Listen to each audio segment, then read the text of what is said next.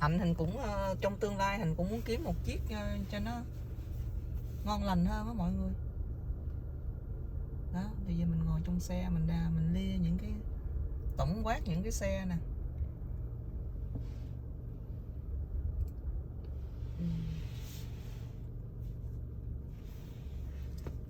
Tổng quát những cái xe. Hello, mến chào cả nhà nha. Quang đang đi coi xe Lexus á. Giờ chắc mình đậu xe đâu ha? Giờ Quang đang kiếm cho đậu xe đây, để Quang đi coi xe. Đậu là mình đi đấy. Cũng bữa nay chủ nhật cũng đâu có mở cửa anh. Không mở cửa mà mình đi coi xe được cái nào mình mua. Mình coi trước. Giờ Quang không biết. Cái kiểu này như nó đang có mấy kiểu đẹp nào. Cái này nó mới sao? Cái đầu nó lạ không?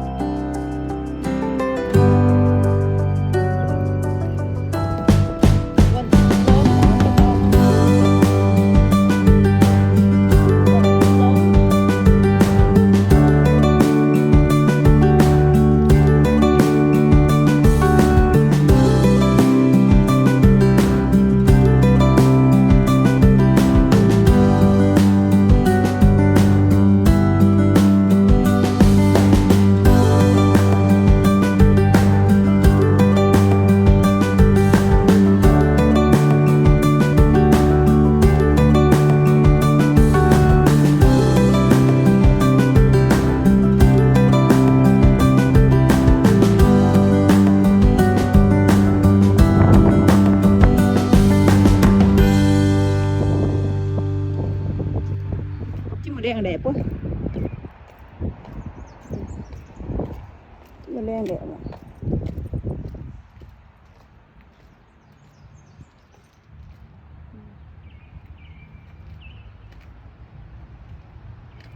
Cái đen đẹp quá.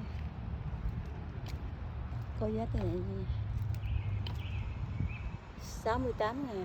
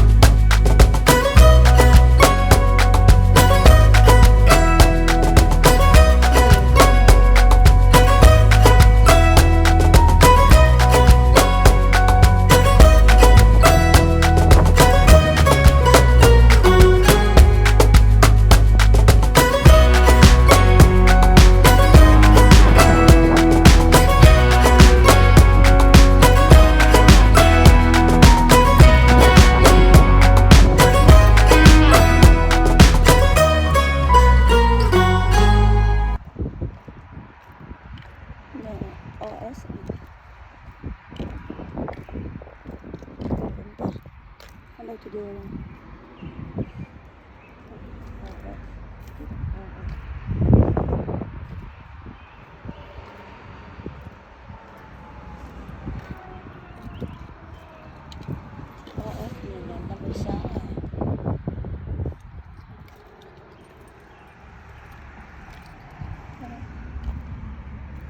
Quanh thích cái màu trắng. Quanh thích màu trắng hơn.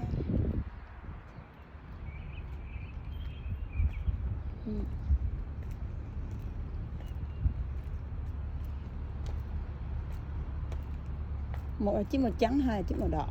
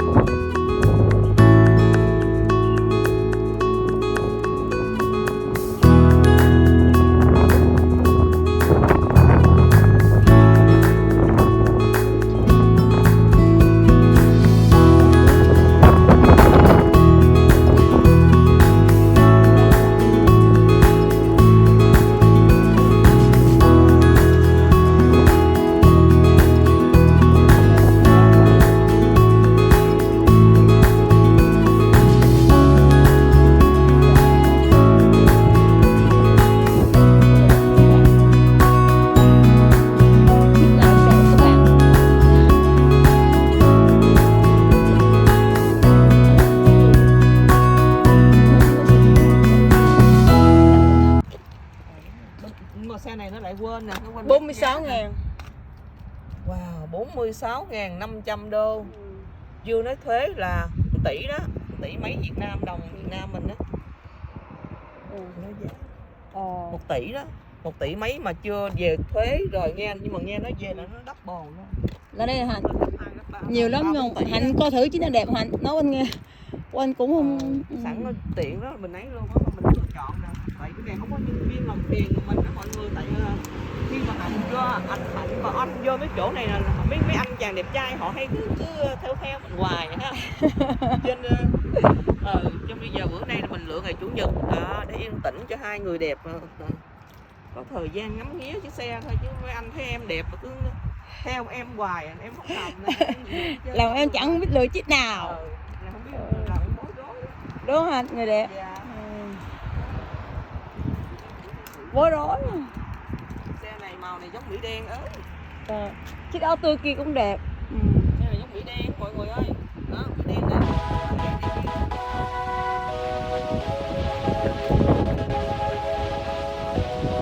Anh ơi, lỡ coi hết mình.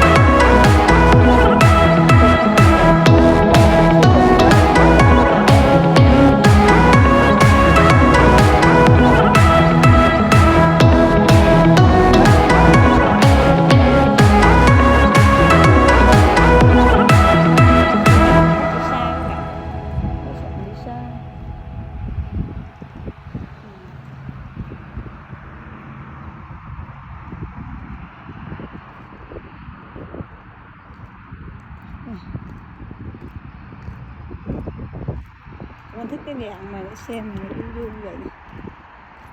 Kỹ quá.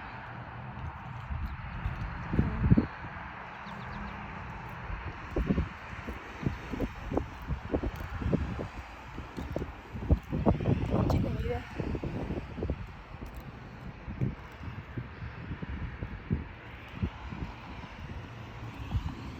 Chiếc này đẹp này.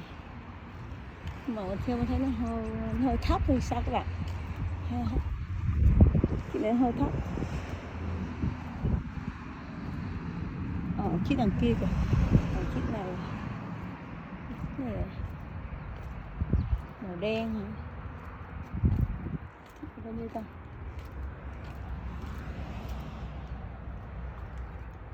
Chiếc này nhiêu?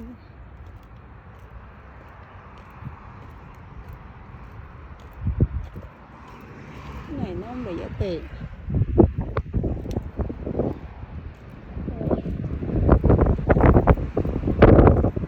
Không để giá tiền sao không biết. Chắc mình phải hỏi một cái.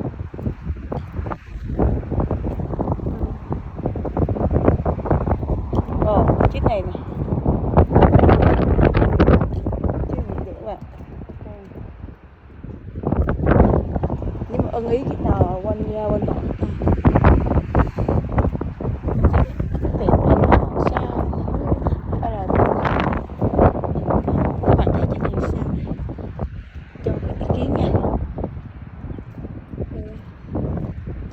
Thích này, nhưng mà mình thấy kín hơi nhỏ hay sao.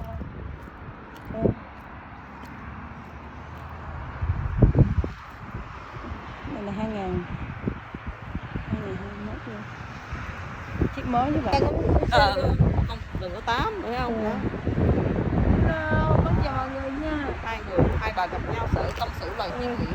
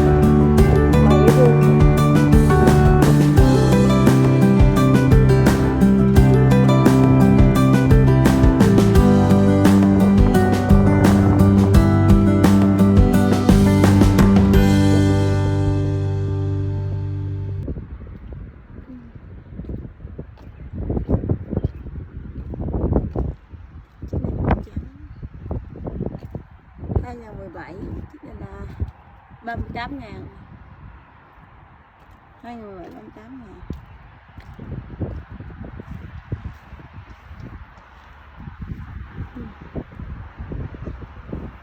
Cũng ít ít đi luôn. Đen. Như mỗi kiểu giống nhau mà chỉ có khác nào thôi. Mỗi kiểu khác nhau.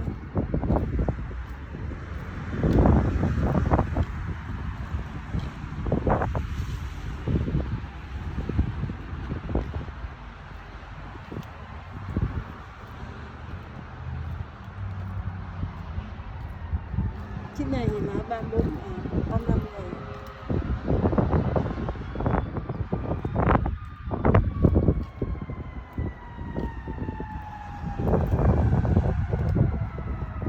Này cũng đúng rồi. Mỗi kiểu khác nhau.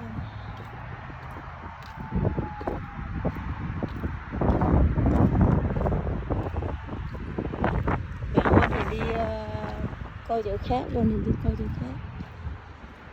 Cũng là một khu của bên, một chỗ bên luôn. Quan thích xe lớn.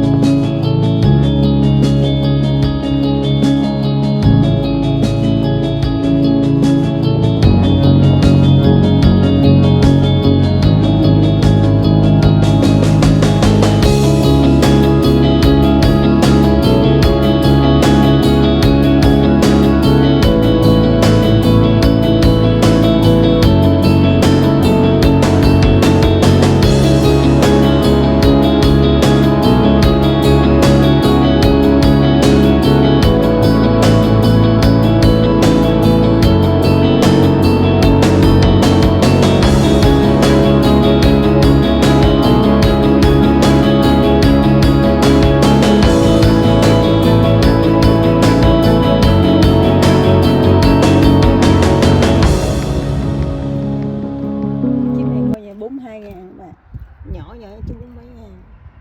2018.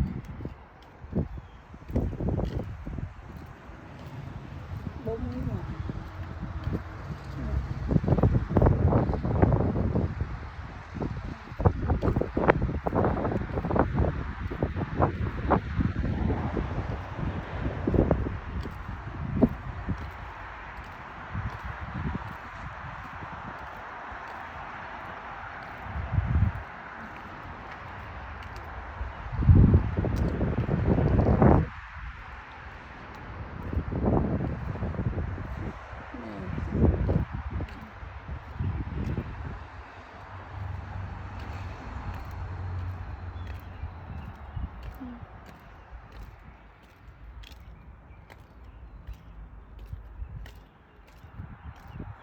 không lấy giá tiền.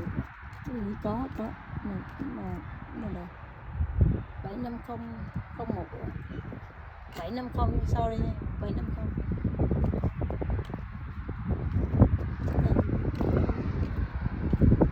cái này 52 ngàn, đây 2.752 ngàn.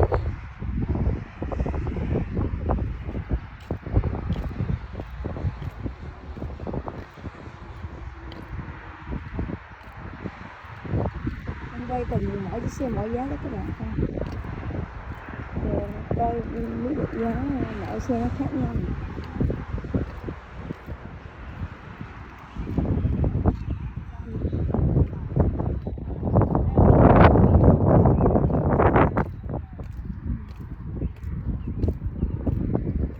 Chiếc này 38 ngàn. Còn xe là 2017 2018.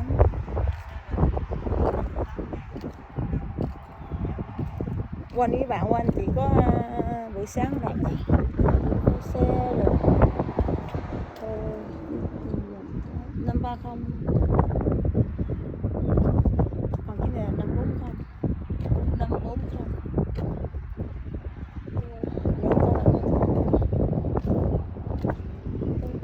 12 giờ qua cuối năm tiện lắm có thể các bạn. Cái này 2017 các bạn. 35. Đẹp ghê nha bên trong. 2017 thì đẹp ghê nha. Quá đẹp luôn.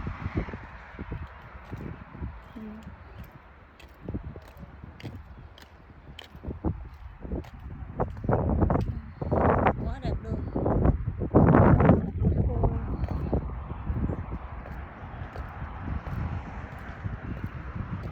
Cái này 36 ngàn cũng 2017 luôn nha.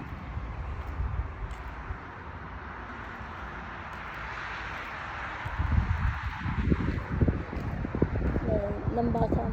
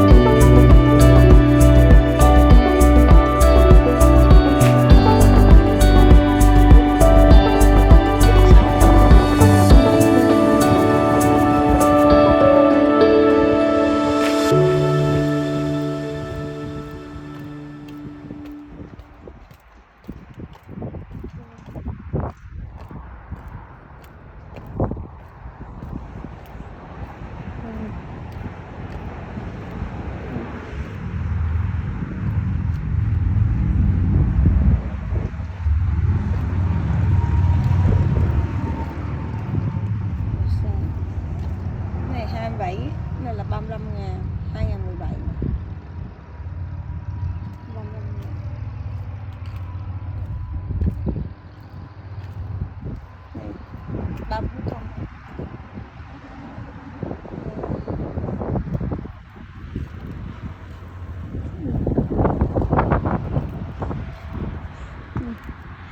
Bảo giá xe thì nó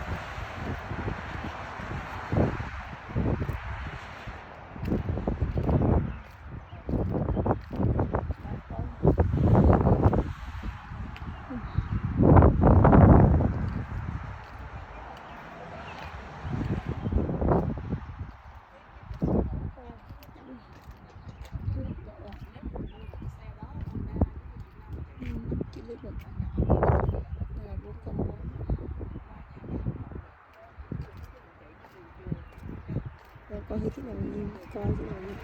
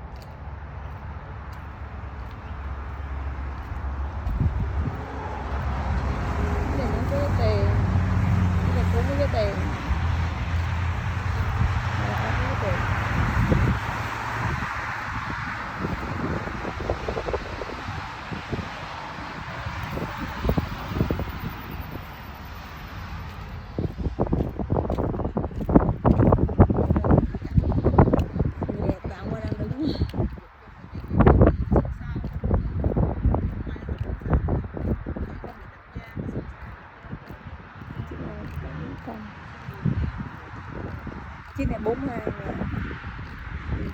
Có cái khác nào đây là 242.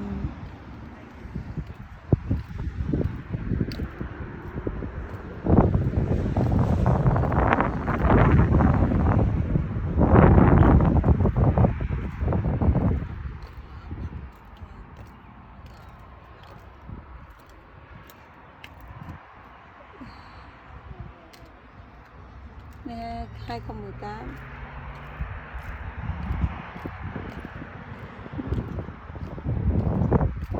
Cái này 2018.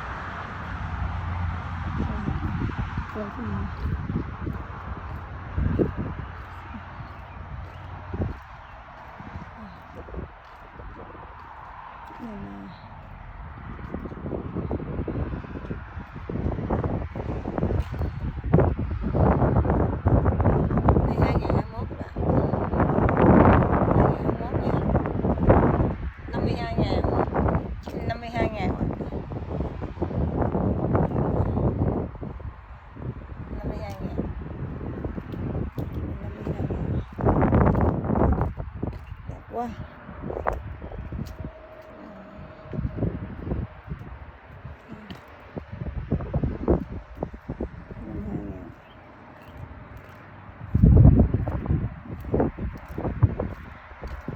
Chiếc đen này nữa.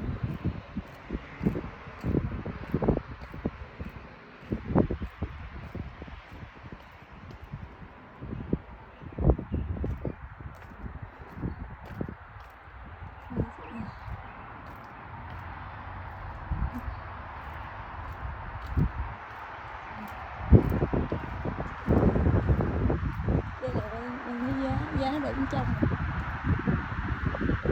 cũng đẹp.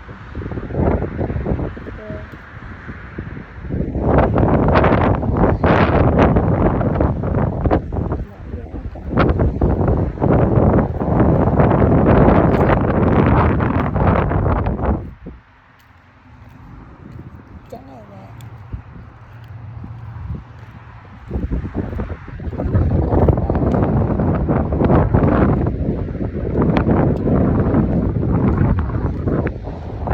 Trắng này cũng thấy giá.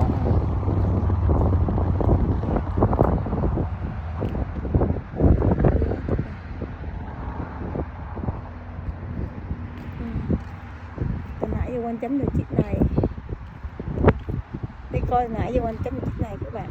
Quanh thấy giá. Chiếc này là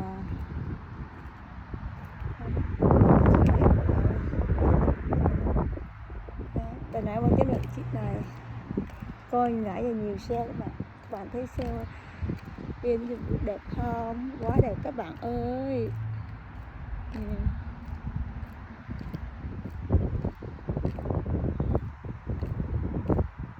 Xe này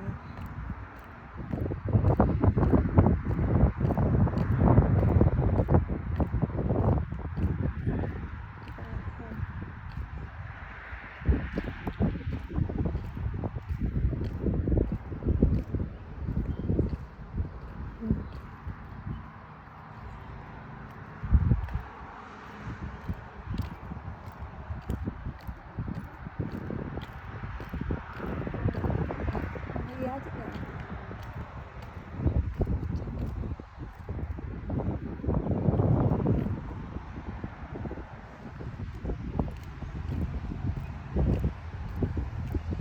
Chị dễ thương à, nhỏ nhỏ dễ thương á.